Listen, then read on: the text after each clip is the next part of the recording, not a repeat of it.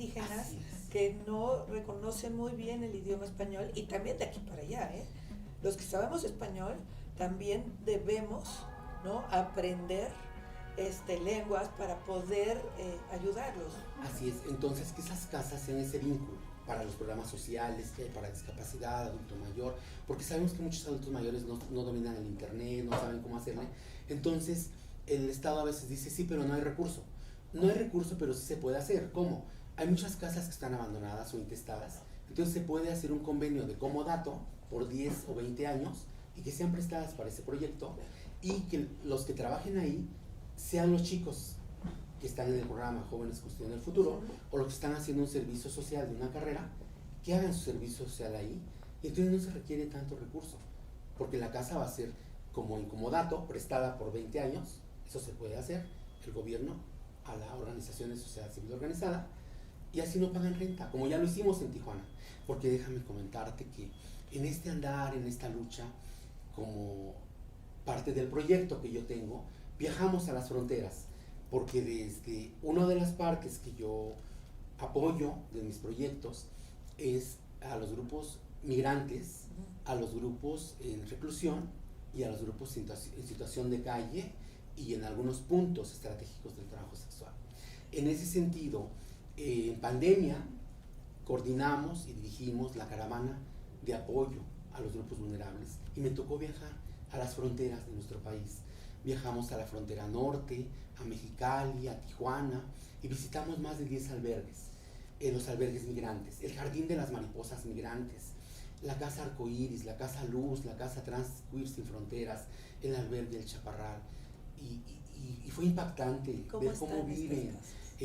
Bueno, en el Jardín de las Mariposas Migrantes hay una mujer muy importante, una gran activista y defensora de los derechos humanos, Yolanda Rocha. Yolanda Rocha luchó porque ella también fue una migrante y puso una casa chiquita como para 20 gentes. Hoy Yolanda Rocha tiene más de 100 personas, usuarios de esa casa, y con los años se logró que la gobernadora actual, Marina del Pilar, donó una casa porque Yolanda pagaba renta, y a veces la apoyaban ciertas organizaciones como ACNUR, que es la asociación de la ONU de los migrantes, varias corporaciones de Estados Unidos empezaron a apoyarla, pero ante la pandemia era imposible. Entonces visitamos en pandemia, llevamos foros de derechos humanos, pruebas de VIH, de sífilis, de hepatitis y apoyos alimenticios. Entonces yo estoy certificada por la Comunidad Europea, por 14 países, del proyecto que se llama Proyecto de Salud Integral, Transgender Workshop People. Entonces fuimos capacitadas, y en esos albergues aplicamos este tipo de pruebas. También lo hicimos en Mexicali, lo hemos hecho en Valle de México, Ciudad de México. Hicimos lo que es la ruta, que es Campeche, Yucatán, Quintana Roo y frontera con Belice, y luego Guerrero, Oaxaca, Chiapas, y a todas las personas de grupos vulnerables, pero muy en especial también a las personas trans. Recuerdo mucho que en Oaxaca fuimos parte del primer parlamento y el primer congreso de mujeres diversas, y también causó mucha ámpula porque era como un congreso feminista, y yo fui invitada por la diputada Lisa Arroyo a ser la primera mujer trans que hablara sobre los derechos diversos.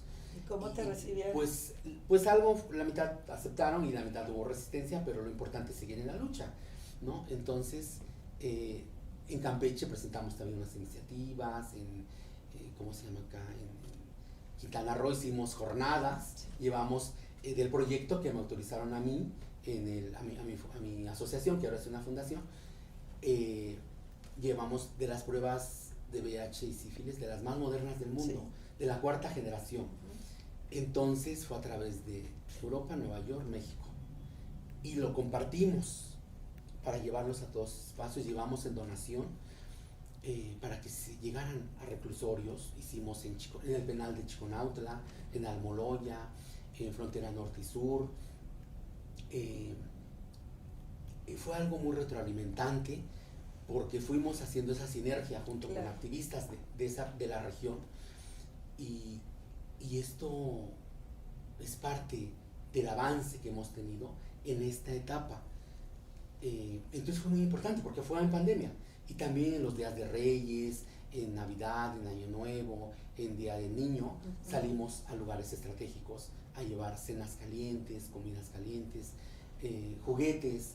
Recientemente, como lo hemos hecho más de 10 años, salimos a los albergues migrantes, por ejemplo, en la Plaza Giordano Bruno, aquí en México, donde está lleno de migrantes, y los violentan.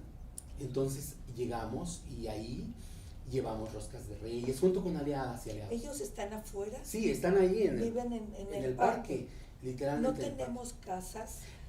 Sí, por supuesto que hay en el gobierno de la Ciudad de México, hay albergues, pero han sido insuficientes. Entonces, y a muchos no se quieren ir, porque hay albergues donde en uno es para hombres y uno para mujeres.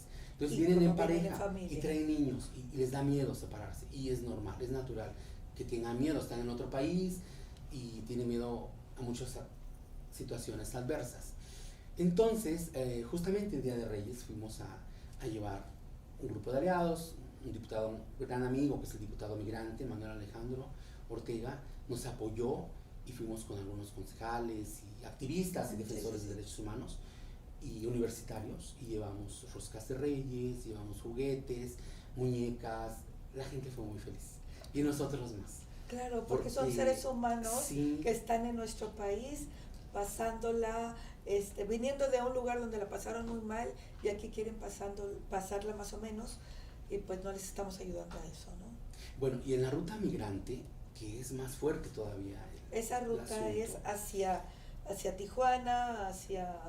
La ruta migrante viene desde Centroamérica, normalmente. Sudamérica, pues están todavía un poco más resistentes, ¿no?, a aventurarse. Pero la ruta migrante anteriormente era lo que es El Salvador, Nicaragua, Honduras, en una etapa. Y nuestros migrantes mexicanos, porque también habemos mexicanas migrantes del sureste de nuestro país. Pero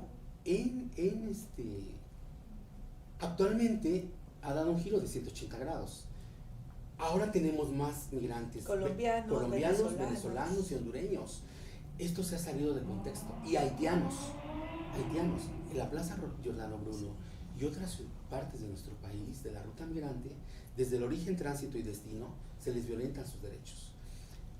Se exponen sus vidas a los proxenetas, al tráfico de órganos, a la trata sexual, a los secuestros, como hicieron en Tamaulipas, en San Fernando, que secuestraron un autobús de 40 migrantes o más, y para esclavos de otros fines, ¿no?, de explotación. Sí. Todo tipo de explotación. En ese sentido... Bueno, entonces estás diciendo de uno.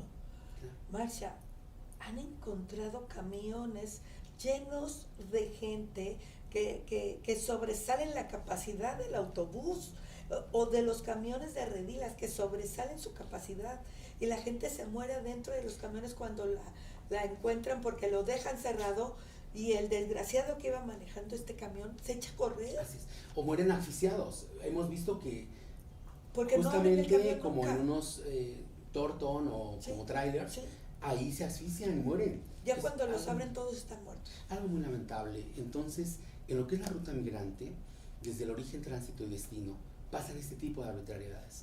Yo, como transmigrante mexicana, ahora lucho mucho por ese granito de arena.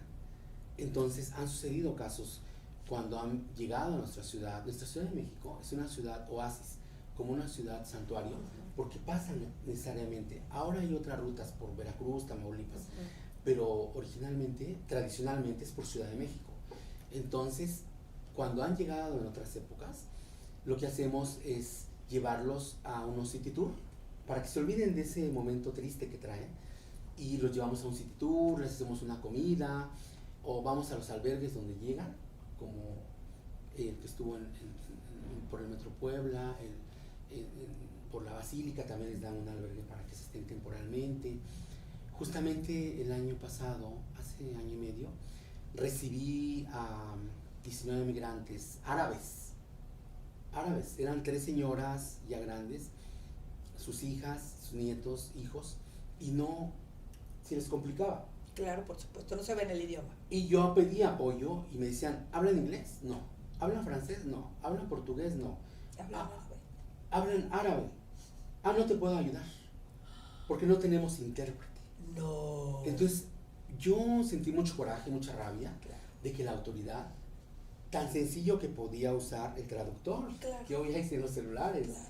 Entonces, yo me tomé la atribución como defensora de derechos humanos, los instalé porque estaban en un parque ahí tirados, enfermos, les llevé alimento, los instalé en un hotel, fui como a 10 hoteles que nadie me los quería aceptar, ¿Cómo crees? porque eran 18, 19 Porque no personas. tenían INE, porque no estaban...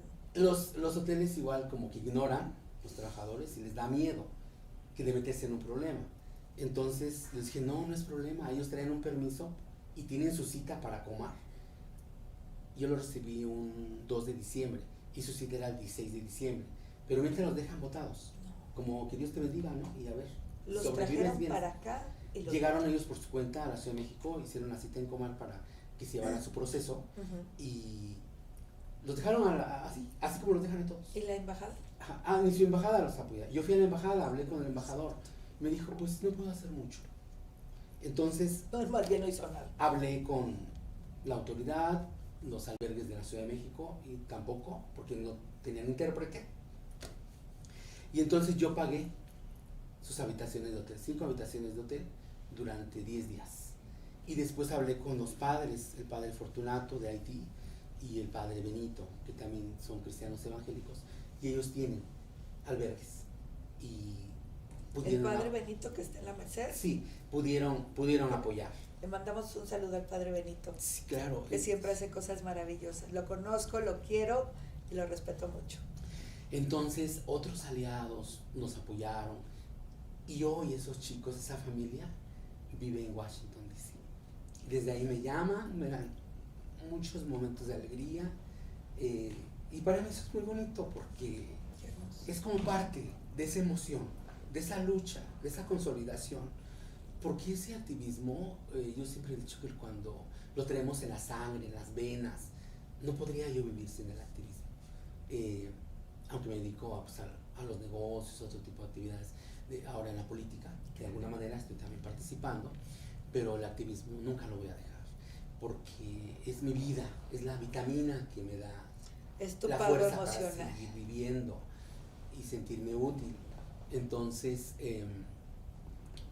me llaman de repente un mensaje, un WhatsApp, y digo, me da mucha alegría que se acuerdan, ¿no? Que a pesar de tanta arbitrariedad, hubo alguien que llegó y los instaló y le buscó la manera aquí, allá y como sea, y lo lograron. ¿Sí?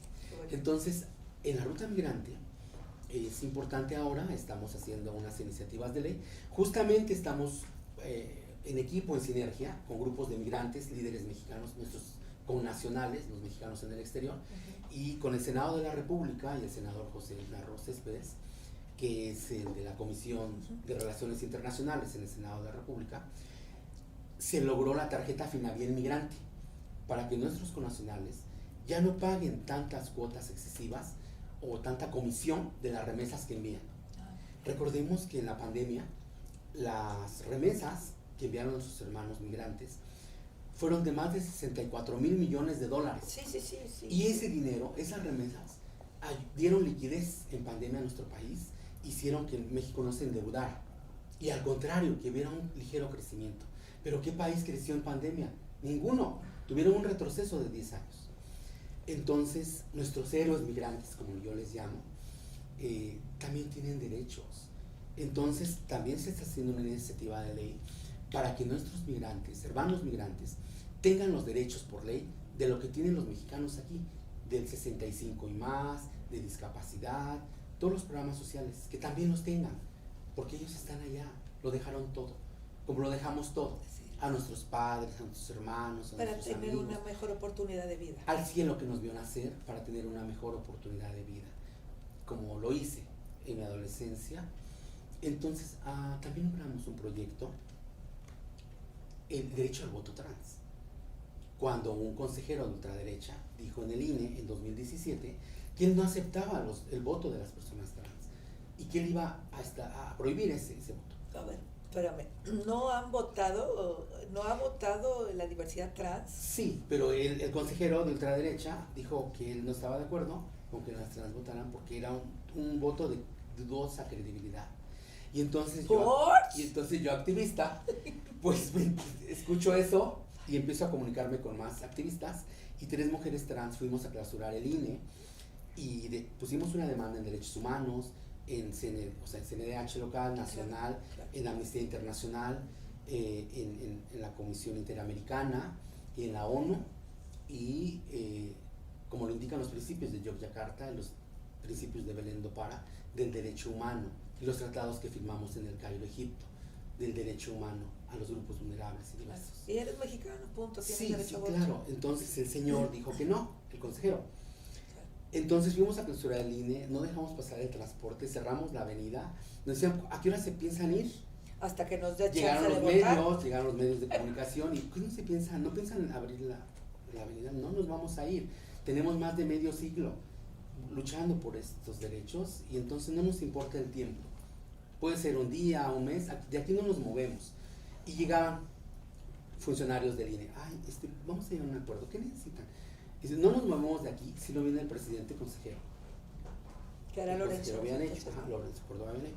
Entonces después de todo un día llega el consejero, a ver, vamos a llegar a un acuerdo, ¿por qué están? Pues porque su consejero está diciendo que no acepta el derecho al voto trans, ¿no? No más. Nos costó un año de reuniones, 3 veces por semana, de 5 a 9 de la noche. Dejábamos nuestros negocios abandonados, nuestros trabajos abandonados, porque en el activismo nadie nos financia. Entonces, en las reuniones, y después de un año, hicimos entender a todos los consejeros, porque cada partido tiene ahí a consejeros, hicimos entender que nosotros no pedíamos privilegios, que era un derecho, porque somos ciudadanos de este país, ¿sí? Entonces, después de un año de hacerles entender, y gracias a 3 consejeras, mujeres feministas que nos apoyaron, que fue la consejera Adriana Favela, Pamela San Martín y Jania Rabel, que nos abrazaron por nuestros derechos. Y eso nunca se debe olvidar. Gracias a ellas, el 17 de diciembre del 2017, a las 2 de la tarde, se aprobó por unanimidad el derecho al voto trans, libre de discriminación, para todas las elecciones de nuestro país. Yo me voy a ir, porque aquí voy de paso, pero ese protocolo queda para siempre. Y eso, en ese momento no nos dábamos cuenta de la dimensión de lo que esto significaría. Pero cuando pasa el tiempo, al año, este protocolo, este proyecto, gana la Palma de Oro en el Parlamento Europeo como el mejor proyecto del mundo que respeta la dignidad humana. Qué bonito. Entonces es algo maravilloso, porque valió la pena tantas luchas. Entonces, también gracias a estos proyectos, se gana el proyecto Seres Universales de Luz, que son seres que en algún lugar del mundo hicieron un proyecto en beneficio de una comunidad. Qué bonito. Y ahora soy parte del proyecto Seres Universales de Luz, que se encuentra en el Civic Center Can Basté de Barcelona, España, y se presenta en varios festivales de derechos humanos del mundo, y en Europa, en Ámsterdam, en Portugal, en España. Es obligatorio ahora ver ese documental en una etapa escolar de secundaria o bachillerato. Es parte de su calificación. Qué bonito. En esos países. Desgraciadamente México no lo quiso resguardar y lo compró España. O sea, España adquirió los derechos. Pero se ha presentado en Nueva York, en Uruguay. Deberían de presentarlo en México, pero... Lo hemos presentado, de hecho lo hemos presentado con muchos sacrificios en centros culturales. ¿Por qué sacrificios? Pues si tiene todavía, que fluir, o sea, sí. Entendemos que tenemos una espantosa escuela mexicana, que ahora no sabe ni por dónde irse, pero este tipo de cosas es importante para los pequeños, para los adolescentes, para que sepan la lucha que se ha hecho y toda la maravillosa diversidad. Ahora, justamente por este proyecto, hemos tenido algunas participaciones con la UNESCO y la ONU. El año pasado también fue aquí. Cada año hacen un encuentro de la ONU y la UNESCO en diferentes, es itinerante, van por varios países. Y fue en nuestro país y se realizó en el Centro Cultural Los Pinos. Y nos tocó ser conferencistas y platicar sobre el derecho al voto trans. ¿Y quórum, el qué protocolo. tal? Fue hermoso, porque vinieron todo el mundo. Vinieron de Abu Dhabi, de Dubái, de España, de Italia, todas las defensoras de derechos humanos como las principales de cada país. Y fue maravilloso, porque cada quien expuso sus logros, sus temas. Y fue hermoso, de Vietnam, de Singapur. Representantes. Nos encontramos, fue un encuentro mundial de esos logros. Cada quien su logro. A mí me llama mucho la atención que en Kenia, en Nairobi, en Vietnam, en Singapur, las mujeres son las líderes. Han hecho un grupo de 10, 20, 5 mujeres y si siembran el trigo, si siembran flores, se van haciendo, tal vez los gobiernos de ahí no les apoyan mucho, les dan una parte, pero los organismos internacionales, existen proyectos como Fondos Semillas, como grandes fundaciones del mundo, como Transgender People o como el Fondo Mundial Trans, Transfond, que está en los Países Bajos, en Luxemburgo, y ellos financian esos proyectos de emprendedores. Y entonces ahora hemos entrado a otra ventana, a otro mundo, porque ellos nos envían apoyos para un proyecto que demostremos que es necesario y que va a dar un beneficio a un sector de la población. Entonces ahora viajé a España, nos dieron un reconocimiento. En pandemia también nos quedó pendiente algunas aportaciones que se tenían que hacer. Tengo que ir a Ámsterdam este año porque nos se va a develar un busto de seres universales de luz en Ámsterdam, en Portugal, también en Portugal, y entonces es importante ahora que ya superamos esa etapa de la restricción pandémica para consolidar lo que quedó pendiente. También en México, el año pasado ha sido un año muy bonito porque en el ISSSTE, en la Galería del ISSSTE en Buenavista, me llamó el director, el doctor Pedro Centeno Santaella, el director del ISSSTE Nacional, para que yo pudiera presentar como una exposición de esto que estamos platicando. Y me dijo, vas a dar una semana de conferencias para sensibilizar como una capacitación al personal, a 1.500 trabajadores del ISSSTE. Excelente. En derechos humanos y diversidad, y feminismos, masculinidades hegemónicas. Y acepté e incluía un homenaje en la galería, y yo pensé que iba a ser una semana, y dijo, no, se va a quedar un mes. Y entonces yo no quise que fuera como un homenaje para mí, y yo le dije, este homenaje que sea para las mujeres trans, que han sido asesinadas históricamente por alzar la voz. Y me di como ese gusto de poner todas las mujeres trans, como Agnes Torres, su lucha en esa exposición, a la doctora Eli Montaño, que fue una mujer trans, que era la directora del Centro de Capacitación del IMSS Nacional, y que ella exigía una iniciativa para tratamiento médico en el IMSS de mujeres trans, que fuera gratis. Y un día la doctora Eli Montaño desapareció, pidió su taxi, jamás regresó. Su cuerpo apareció en el municipio de Huitzilac y parte de Morelos, y dijeron la fiscalía de allá que fue un suicidio, algo que nunca vamos a aceptar. Como el magistrado. Así es. Entonces dijo, bueno, desapareció en la Ciudad de México, su cuerpo apareció aquí, traía unas cápsulas, se suicidó. Y yo digo, es que siempre en nuestro país, cuando una persona de la diversidad muere, las fiscalías dicen, o es un suicidio, o es por su pareja, o un crimen pasional, para dar carpetazo a la investigación. Aún ahí también nos discriminan, aún en los panteones. Me tocó mucho ¿en los panteones? Ver cuando muchas compañeras o compañeros de la universidad han muerto, vamos a veces y no nos quieren apoyar con el trámite en el panteón, dan como hasta el último lugar. Me tocó muchas veces ver eso. ¿Por qué esa discriminación? No entiendo. Porque existe, la discriminación existe por la ignorancia. Y no olvidemos que la ignorancia es la madre de todas las fobias, de la homofobia, la transfobia, la lesbofobia. Pero tenemos que combatir esa discriminación, esa ignorancia. ¿Y cómo la vamos a combatir? Como decíamos en la ONU Derechos Humanos, solo capacitándonos, educándonos, podemos combatir el racismo, el clasismo, la discriminación en todos los niveles. Como dijo Malala, la Premio Nobel de la Paz. Sí. Basta un lápiz y un papel y plasmar tus ideas y tus derechos y luchar y soñar en grande hasta lograrlo. No hay barreras, no hay barreras. Las barreras están en la mente. Las barreras muchas veces decimos son el cielo y más allá está un paraíso. Entonces las barreras no existen. Entonces nosotras en alguna época me tocaba una conferencia en el CECUT, que es el Centro Cultural Tijuana, y ahí habíamos puesto un tema que decía, cuando Donald Trump dijo que iba a construir el muro,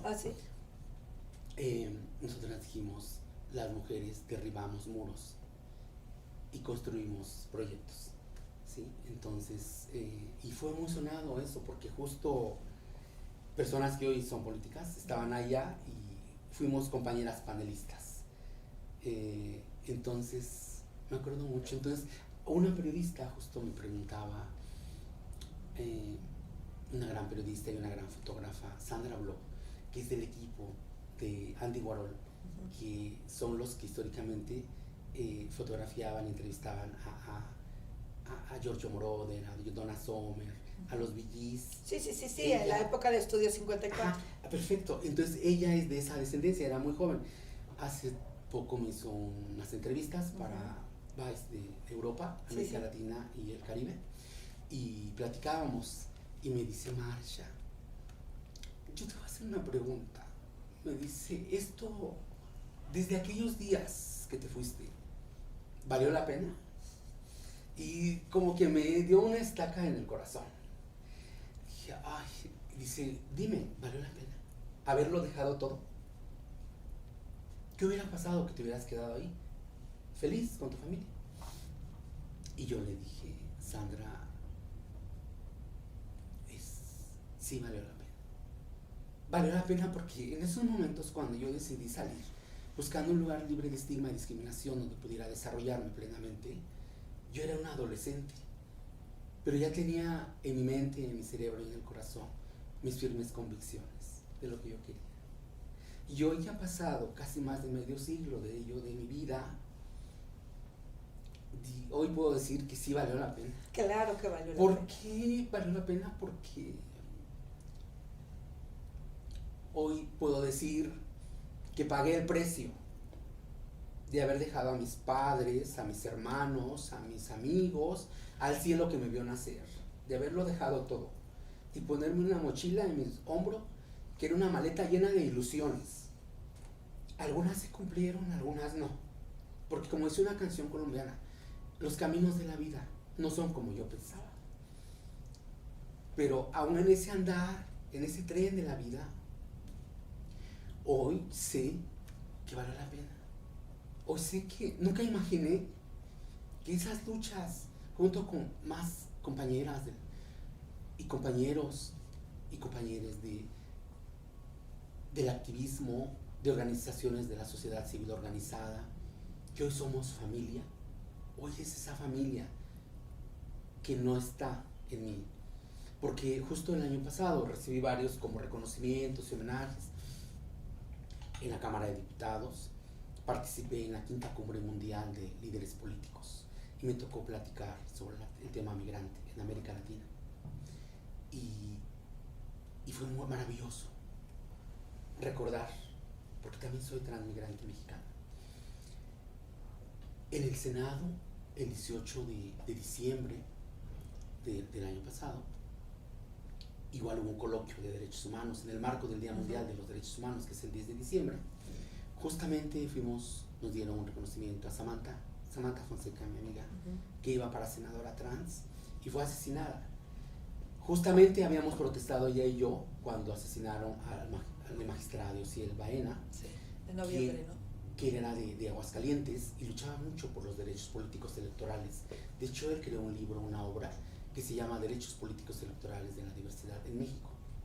Lo presentó en la Cámara de Diputados, estuvimos ahí presentes y justamente fue asesinado. La fiscalía, como siempre, dijo que se suicidó con su pareja o que fue algo entre ellos, algo que nunca vamos a aceptar porque ellos ya tenían amenazas. Y justamente fue un 14 diciembre, de noviembre, y en diciembre al mes fue cuando fuimos a protestar. O sea, andábamos ahí en protestas y marchamos de la Estela de Luz, todo Reforma, hasta Palacio Nacional. Y protestábamos, iba Samantha Fonseca, íbamos con aliados, íbamos ahí exigiendo que la FGR trajera esa investigación para que no se le diera carpetas. Porque sabemos que Aguascalientes es una ciudad conservadora, un estado conservador. Entonces, desafortunadamente, un 14 de enero, ahora en enero, asesinan a Samantha Fonseca, quien era aspirante a senadora, iba a ser la primera mujer senadora de la República en la historia de nuestro país. Entonces, todo esto tiene un trasfondo. Claro. Gente muy conservadora que no permite que las personas diversas lleguemos a ocupar espacios de toma de decisiones. Por machismo. Así es, y por mucha discriminación. Entonces, por eso es importante, ahora como hemos estado participando en la Cámara de Diputados, en el Senado de la República, hemos presentado iniciativas de ley. En alguna época me tocó esa exigencia de nuestros derechos cerrando las calles. Ahora hay otra manera, legislando desde los congresos, como en el Congreso de Baja California Norte. Después de 30 años que estuvieron en la congeladora, 3 iniciativas de ley por gobiernos ultraderechas y neoliberales. Hace año y medio, fue en 2022, cuando se aprueba, gracias a varios diputados de ahí, como la diputada Evelyn Sánchez, el diputado Maris Cosillo, el diputado Moctezuma, y muchos organizadores, activistas y organizaciones de la sociedad civil. Yo fui asesora, impulsamos las iniciativas de ley y se logró el cambio de identidad de género en el Congreso de Baja California, y a los pocos meses el matrimonio igualitario, y a los pocos meses la prohibición de las terapias de conversión. Y fue algo titánico, porque se aprobó todo alrededor de menos de 9 meses, que durante 30 años estuvieron congeladas. Entonces eso nos da mucha alegría, que estamos aportando.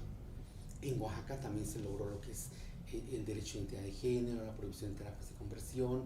En Jalisco se logró que las personas, infancias trans de menos de 18 años y en otros 5 estados, ya puedan obtener su acta de nacimiento, aunque sean menores, porque en México recordemos que se aprobó solamente para los adultos. Así es. De la diversidad de 18 años en adelante. Pero ya la Suprema Corte de Justicia de la Nación emitió un decreto donde dijo que no es delito y que sí está permitido que los menores puedan tramitar su identidad de género con el consentimiento previo de sus padres. De sus padres, claro.